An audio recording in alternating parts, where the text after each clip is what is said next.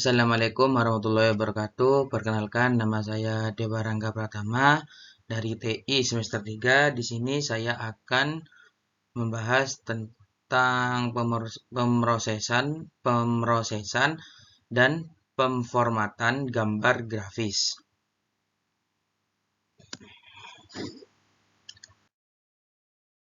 Baik, untuk yang pertama yaitu di sini saya akan membahas pixel, koordinat, dan warna. Apa itu pixel? Di sini yaitu gambar dari pixel dan sini adalah link dari gambar tersebut. Pixel atau singkatan dari picture element adalah titik terkecil dari gambar digital yang dapat ditampilkan atau diproses. Setiap pixel memiliki nilai tertentu yang mewakili warna dan intensitasnya. Kemudian untuk koordinat pixel diorganisasikan dalam sistem koordinat yang biasanya menggunakan dua dimensi, yaitu X atau Y untuk menentukan posisi setiap pixel dalam gambar. Yang kedua, persepsi warna. Setiap pixel dapat memiliki warna yang ditentukan oleh model warna tertentu seperti RGB, merah, hijau, biru, atau red, green, blue, di mana kombinasi nilai-nilai untuk ketiga warna tersebut menghasilkan warna akhir yang terlihat. Dan yang ketiga, resolusi. Jumlah pixel dalam suatu gambar menentukan resolusi gambar tersebut. Semakin banyak pixel, semakin tinggi resolusinya dan semakin detail gambar yang dapat ditampilkan. Dan yang keempat, manipulasi. Pixel dapat dimanipulasi melalui berbagai teknik pemrograman grafis seperti pengisian, pengubahan warna, dan transformasi geometris. Selanjutnya yaitu real number coordinate system atau sistem koordinat bilangan nyata.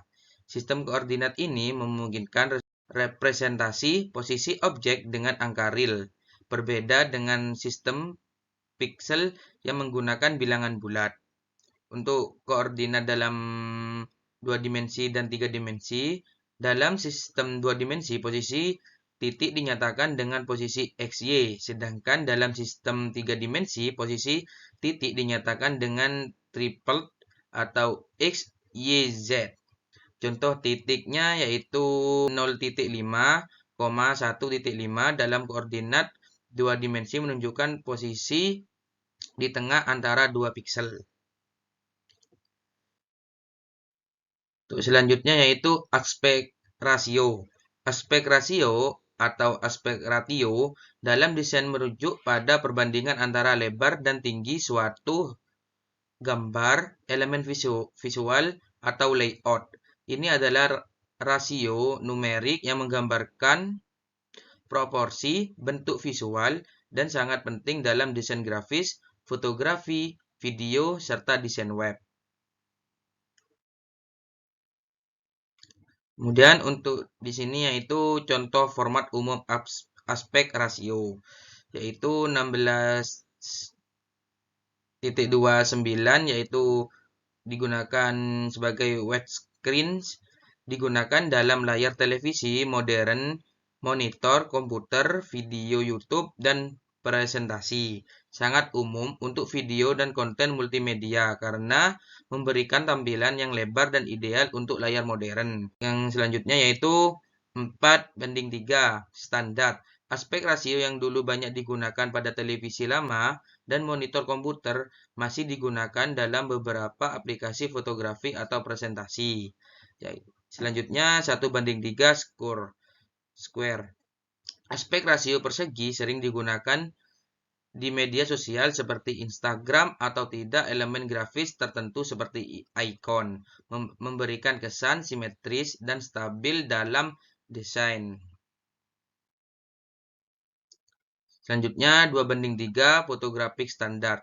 Digunakan dalam fotografi terutama untuk ukuran foto standar yang umum digunakan di kamera digital. Selanjutnya 9:16 portrait mode umum untuk konten vertikal seperti video atau foto di platform media sosial seperti Instagram Stories atau SG, TikTok, dan Snapchat. Selanjutnya yaitu color models. Color models adalah sistem mendefinisikan cara warna dapat direpresentasikan dalam bentuk numerik yang memungkinkan komputer untuk mengolah dan menampilkan warna. Sini adalah model warna umum, yaitu RGB atau Red Green Blue. Model paling umum untuk tampilan digital. Warna dihasilkan dengan menggabungkan intensitas cahaya merah, hijau, dan biru. Setiap komponen dapat memiliki nilai dari 0 hingga 255. Yang kemudian CMYK, Cyan, Magenta, Yellow, Key Black. Digunakan dalam pencetakan. Model ini menggabungkan warna cyan, magenta, kuning, dan hitam untuk menciptakan berbagai warna. Kemudian HSV, Hue Saturation Value, memiliki warna dengan cara yang lebih intuitif dengan memisahkan komponen warna hue, intensitas warna saturation, dan kecerahan value. Kemudian di sini adalah HSL, Hue Saturation Lightness, mirip dengan HSF tetapi menggunakan komponen kecerahan yang sedikit berbeda.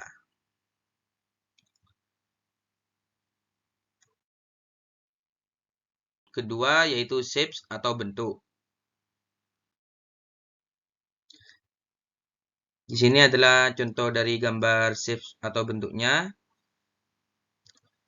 Shapes atau bentuk dalam desain grafis adalah elemen dari visual yang digunakan untuk menciptakan komposisi, struktur, dan estetika dalam sebuah desain. Shapes merupakan bentuk-bentuk geometris atau organik yang membentuk elemen-elemen visual dalam desain. Mereka bisa berupa garis sederhana, lingkaran, persegi, atau bentuk lebih kompleks dan berfungsi sebagai fondasi visual untuk berbagai jenis desain. Di sini yaitu jenis-jenis shapes atau bentuk. Yang pertama yaitu lingkaran, yang kedua persegi, yang ketiga segitiga, dan yang keempat persegi panjang, dan lain-lainnya. Untuk di sini yaitu komunikasi simbol atau emosional. Yang pertama, lingkaran sering diasosiasikan dengan kesatuan, kesinambungan, dan harmoni. Dan yang kedua, segitiga dapat mewakili gerakan, arah, atau ketegasan. Yang ketiga, persegi melambangkan stabilitas, keseimbangan, dan keandalan. Bentuk organik seringkali mengomunikasikan fleksibilitas, spontanitas, atau sifat alami. Yang ketiga yaitu transform atau mengubah. Transform dalam desain grafis adalah istilah yang digunakan untuk menggambar berbagai manipulasi yang dapat dilakukan pada elemen visual, seperti gambar, teks, atau shapes, untuk mengubah ukuran, posisi, orientasi, atau perspektifnya. Fungsi transformasi untuk memungkinkan desainer untuk dengan mudah mengubah tampilan elemen-elemen grafis sesuai kebutuhan. Untuk di sini yaitu jenis-jenis dari transformasi dalam desain. Yang pertama yaitu skala. Skala adalah proses pembesaran atau memperkecil ukuran elemen visual tanpa mengubah bentuk dasar elemen tersebut. Dalam desain, skala digunakan untuk membuat elemen lebih besar atau lebih kecil sesuai dengan tata letak atau komposisi yang diinginkan. Proses scaling atau skala dapat dilakukan secara proporsional dengan menjaga rasio aspek atau non-proporsional mengubah rasio aspek seperti memperlebar dan mempersempit elemen. Dan yang kedua yaitu rotasi. Rotasi adalah memutar elemen grafis pada sudut tertentu, biasanya diukur dalam derajat. Elemen dapat diputar searah jarum jam atau berlawanan arah jarum jam. Rotasi sering digunakan untuk mengatur ulang arah elemen atau untuk menciptakan efek dinamis dalam desain. Yang ketiga, perpindahan. Perpindahan adalah proses memindahkan elemen dari satu posisi ke posisi lain di kanvas atau tata letak, tanpa mengubah ukuran atau bentuknya. Ini adalah transformasi dasar yang memungkinkan elemen grafis diposisikan ulang sesuai dengan kebutuhan komposisi. Dan yang keempat adalah miring. Miring adalah transformasi yang mengubah bentuk elemen dengan cara miring atau condong, sehingga sisi elemen bergeser di satu arah, menghasilkan efek distorsi. Miring sering digunakan untuk menciptakan efek perspektif atau dinamisme pada elemen visual. Dan yang keempat adalah hierarchy modeling. Di sini adalah contoh dari model hierarkinya. Pemodelan hierarki adalah pendekatan dalam desain dan representasi data yang menyusun objek atau elemen ke dalam tingkatan yang bertingkat atau terstruktur berdasarkan hubungan antara satu sama lain, seringkali dengan bentuk parent atau kill, induk atau anak. Setiap elemen dalam pemodelan hierarki memiliki hubungan yang jelas di mana objek yang pada tingkat yang lebih tinggi atau parent mengawasi atau mengendalikan objek-objek di tingkat yang lebih rendah atau kill. Selanjutnya yaitu konsep dasar pemodelan hierarki. Yang pertama itu parent dan kill yang saya sebutkan tadi. Elemen parent adalah objek yang berada pada tingkat yang lebih tinggi dalam hierarki yang mengelola satu atau lebih elemen di bawahnya yang disebut child. Setiap child dapat memiliki hanya satu parent, tetapi satu parent dapat memiliki banyak child. Hubungan ini menciptakan struktur yang menyerupai pohon tree struktur dengan elemen parent berada di puncak. Yang kedua yaitu hierarki tingkatan. Tingkatan atau level dalam hierarki menentukan seberapa dekat suatu elemen dengan root atau akar atau parent utama. Semakin tinggi posisi dalam hierarki, semakin besar parentnya atau kendali yang dimilikinya atas elemen-elemen di bawahnya. Setiap tingkat dapat mewakili kategori, subkategori, atau bagian dari sistem yang lebih besar. Dan yang keempat, yang di sini penggunaan metode hierarki pada 2 dimensi dan 3 dimensi. Untuk di sini aspek dari desain 2 dimensinya dan desain 3 dimensinya. Untuk struktur hierarkinya digunakan untuk mengelompokkan objek dan mengontrol transformasi seperti skala dan posisi. Sedangkan untuk 3 dimensinya digunakan untuk mengelola hubungan antar objek 3 dimensi yang kompleks, termasuk bagian karakter dan animasi. Untuk tata letaknya di sini 2 dimensinya umum dalam desain UI, poster, dan ilustrasi dengan mengelompokkan elemen visual. Sedangkan 3 dimensinya mengatur posisi dan orientasi elemen dalam ruang 3 dimensi seperti kamera, lampu, dan objek.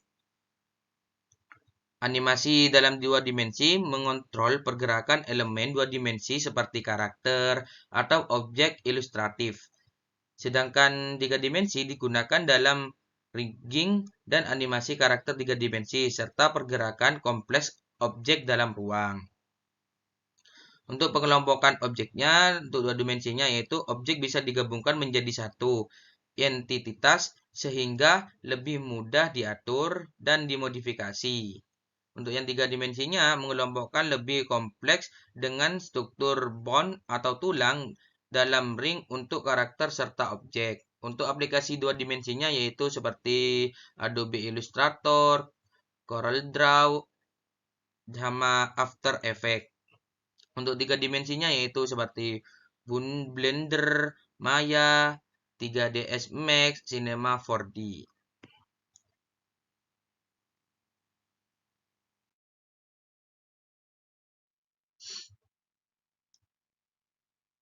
Baik, sekian dari saya. Jika ada salah kata, mohon maaf. Wassalamualaikum warahmatullahi wabarakatuh.